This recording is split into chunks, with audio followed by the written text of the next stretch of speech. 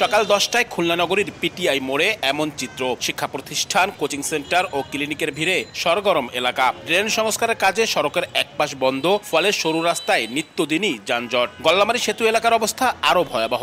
বছরের পর বছর নির্মাণ কাজ চললেও সেতুটি এখনো অসম্পূর্ণ।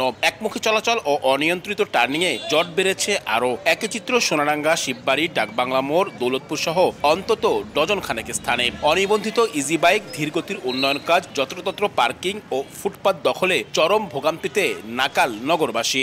রাস্তায় চলাচলে খুব অসুবিধার সৃষ্টি হচ্ছে। অ্যাক্সিডেন্টের সংখ্যা বাড়তেছে, প্রত্যেক মোড়ে মোড়ে অসম্ভব ভিড় হয়ে যাচ্ছে।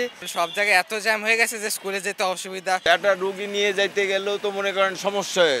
এসব সমস্যার পাশাপাশি নগরীর ট্রাফিক ব্যবস্থাপনাও চরম দুরবস্থায়। 15 বছর আগে স্থাপিত সিগন্যাল লাইটগুলো 5 বছর ধরে অকেজো। ফলে ম্যানুয়ালভাবে যান চলাচল নিয়ন্ত্রণে হিমশিম খাচ্ছে ট্রাফিক পুলিশ।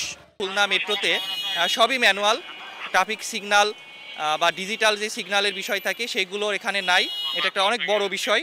লোকবল সংকটের কথা জানিয়ে ট্রাফিক বিভাগের দাবি, যানজট কমাতে নিয়মিত উচ্ছেদ অভিযান ও সচেতনতামূলক কার্যক্রম পরিচালনা করছেন তারা।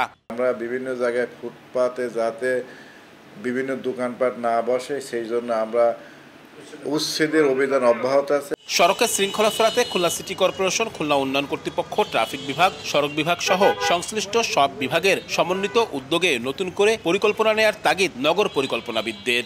সড়কের শৃঙ্খলা রক্ষা করতে চাই তাহলে ট্রান্সপোর্ট প্ল্যানিংয়ের উপরে জোর দিতে হবে এবং এটা খুলনা সিটি কর্পোরেশন, কেএমপি এবং খুলনা উন্নয়ন কর্তৃপক্ষ যৌথভাবে এটা করতে হবে। ট্রাফিক বিভাগের তথ্য মতে খুলনা মহানগরে গড়ে প্রতিদিন লক্ষাধিক যানবাহন চলাচল করে।